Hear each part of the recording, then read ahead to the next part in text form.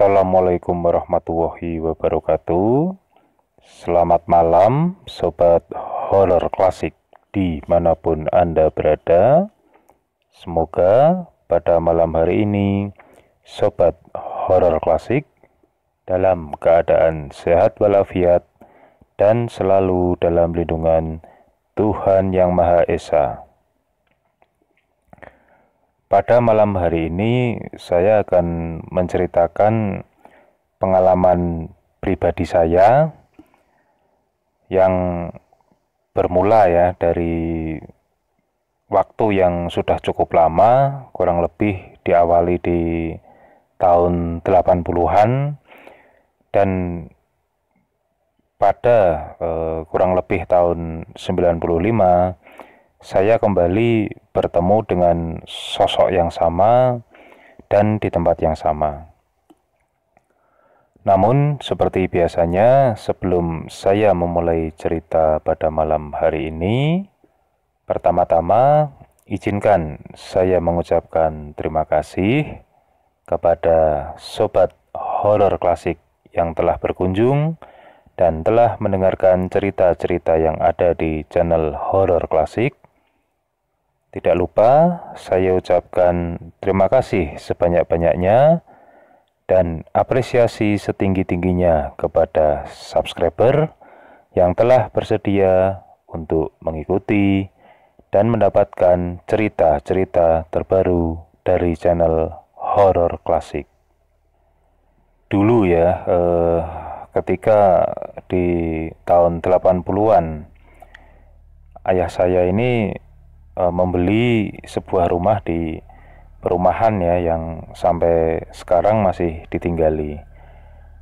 Nah, posisi perumahan ini memang bersebelahan dengan sebuah kampung.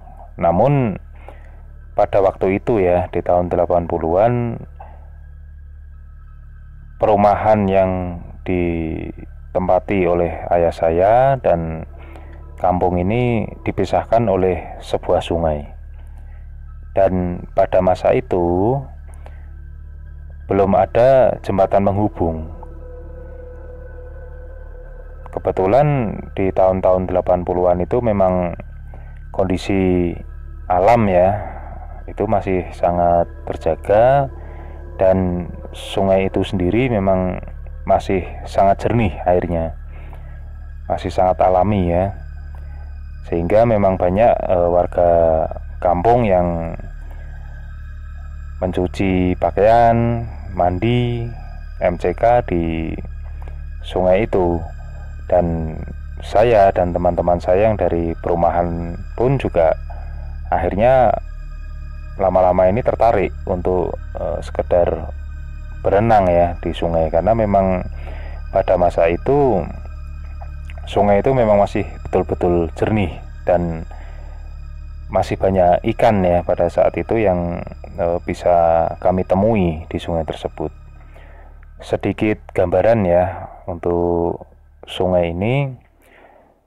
Sungai ini posisinya agak berliku-liku ya. Dan dulu posisi yang sering kami gunakan untuk berenang itu merupakan posisi yang cukup jauh dengan lokasi yang biasa digunakan oleh warga kampung untuk melakukan MCK. Nah, posisi yang kami ambil ini merupakan posisi di mana terdapat banyak batu-batu besar dan di samping kiri kanan sungai ini terdapat banyak pohon bambu dan beberapa terdapat pohon pisang juga. Jujur dulu ketika kami berenang di sungai tersebut ya, kami ini memang sering lupa waktu. Tidak jarang kami ini baru membubarkan diri atau istilah Jawanya itu mentas ya, mentas atau mengangkat diri dari sungai itu ya. Biasanya kalau memang sudah langit sudah agak gelap ya, atau mungkin sudah mendekati maghrib ya, Saya jujur sudah agak lupa ya, karena ini memang kejadian sudah cukup lama. Nah, ada satu hal yang cukup saya perhatikan ya, ketika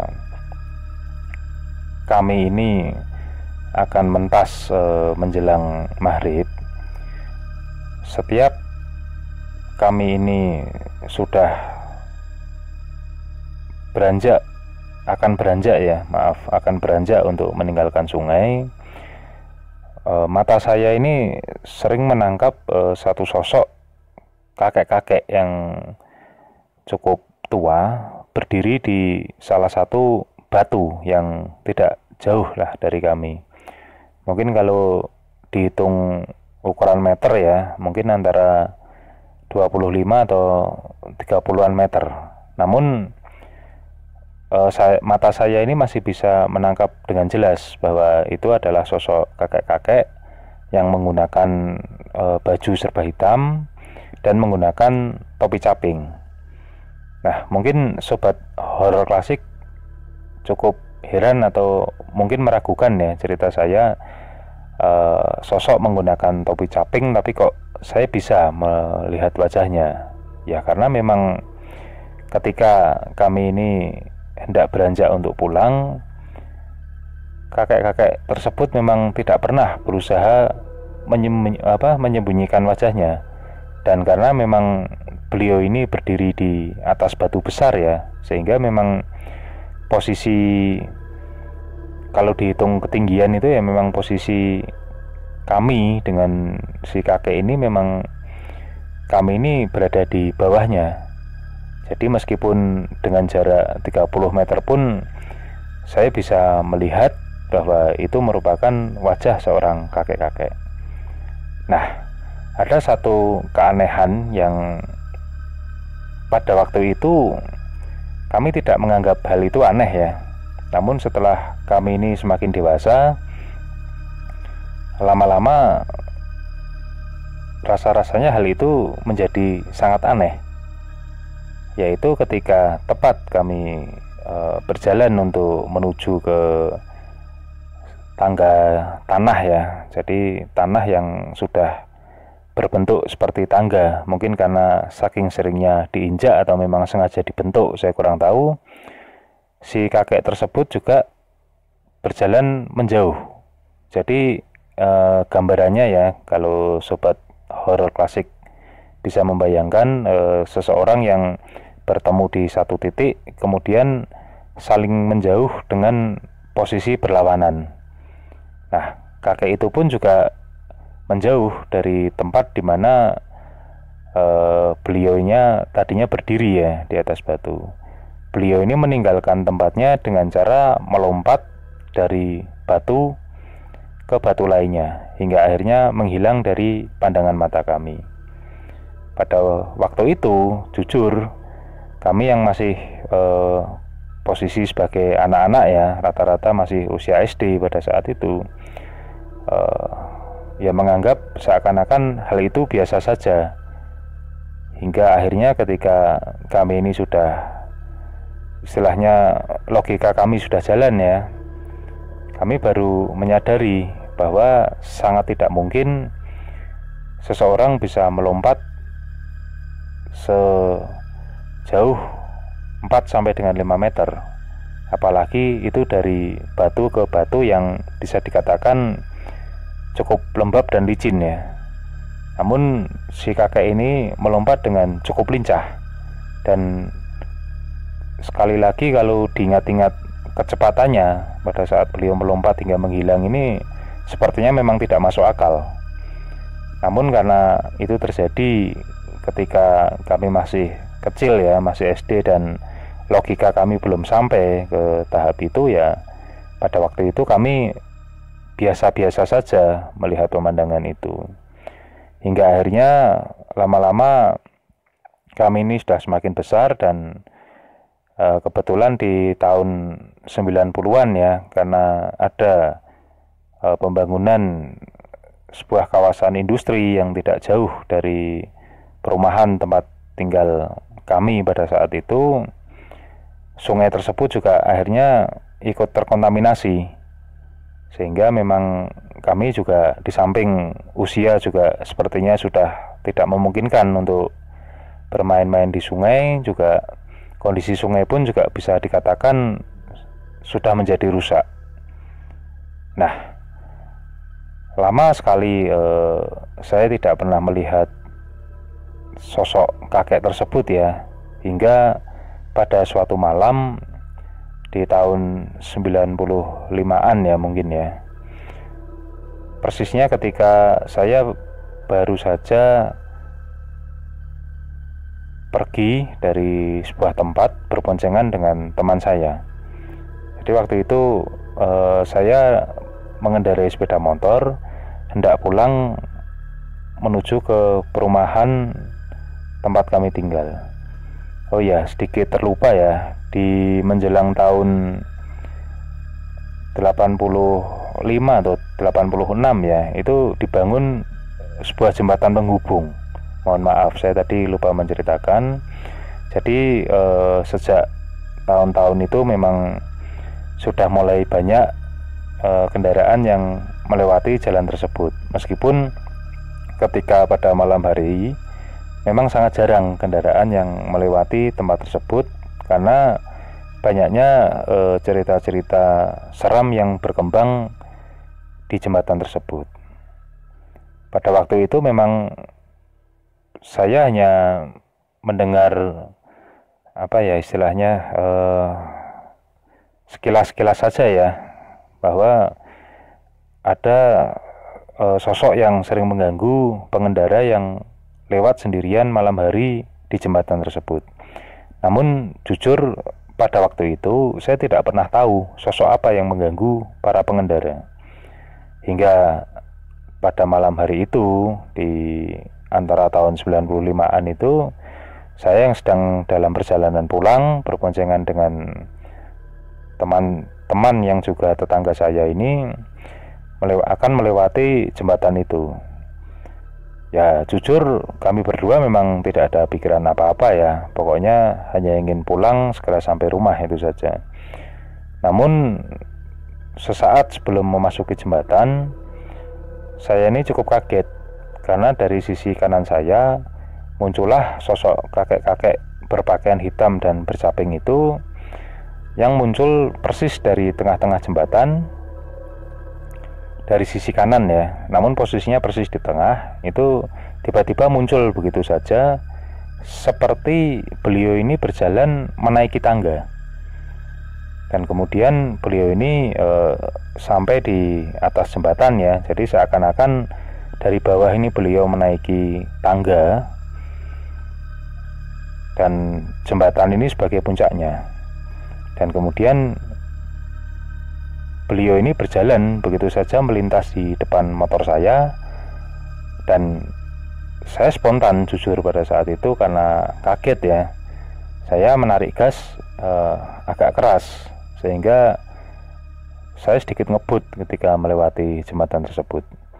Dan ketika sepeda motor kami sudah masuk ke gapura perumahan, saya bertanya kepada teman yang membonceng apakah dia tadi melihat ada kakek-kakek yang tiba-tiba menyeberang. Dan dia juga menjawab bahwa dia melihat kakek-kakek dengan pakaian hitam dan menggunakan caping yang melintas di depan kendaraan kami. Namun setelah itu ya, karena saya fokus ke jalan, dia meneruskan bahwa kakek-kakek tersebut kembali turun ke bawah sungai, dan posisinya juga tepat dari tengah-tengah jembatan itu. Jadi seakan-akan apa ya, kalau mungkin Sobat Horor Klasik membayangkan seseorang yang naik jembatan penyeberangan ya, semacam itu. Namun kalau di logika kan tidak mungkin, karena kalaupun toh hal semacam itu terjadi, tepat garis di mana kakek itu naik kan bawahnya memang betul-betul sungai, yang mana jarak antara sungai dengan jembatan itu sendiri saja kurang lebih ada kalau 6 meter ya. Nah disitulah saya baru sadar bahwa ternyata kakek-kakek dengan berpakaian hitam dan bertopi caping itu merupakan istilahnya mungkin jin penunggu ya, atau yang berdiam di sungai tempat kami dulu biasa berenang. Dan ternyata sosok itulah yang sering mengganggu pengendara jalan yang melewati jembatan tersebut. Nah, itu salah satu pengalaman lama ya. Mungkin dulu misalnya ketika saya dan teman-teman ini berenang di sungai, dan sekali lagi logika kami mungkin pada waktu itu sudah jalan, mungkin kami juga akan ngeri menyaksikan seorang kakek-kakek tua yang melompat dari batu satu ke batu lainnya dengan jarak 4-5 meter, dimana kami yang pada saat itu masih anak-anak pun juga takut ketika harus melompat dari batu ke batu, karena memang di tahun-tahun itu ya kondisi di sekitar perumahan itu memang bisa dikatakan masih asri ya. Bahkan setiap pagi pun bila keluar dari rumah dan berbicara itu masih keluar asap dari mulut kami ya, karena memang kabut sendiri juga masih tebal di tahun-tahun itu. Dan memang keberadaan kawasan industri lah yang akhirnya merubah kondisi alam di sekitar perumahan kami. Nah, itu salah satu cerita horor lama ya yang pernah saya alami beserta teman-teman satu kampung ya. Jujur meskipun saya dulu tinggal di perumahan, namun saya lebih suka menyebut perumahan itu sebagai kampung karena ciri atau cara bersosialisasi masyarakat dalam perumahan tersebut itu masih seperti orang kampung yang akrab satu sama lain, saling tolong menolong, dan bahkan dengan tetangga yang jauh sekalipun kami semua saling mengenal dan saling akrab satu sama lain. Jadi memang suasananya itu seperti tinggal di dalam kampung. Nah, itu tadi Sobat Horor Klasik, cerita yang bisa saya sampaikan pada malam hari ini. Terima kasih kepada Sobat Horor Klasik yang telah bersedia mendengarkan cerita ini. Semoga kita semua selalu dalam lindungan Tuhan Yang Maha Esa. Wassalamualaikum warahmatullahi wabarakatuh.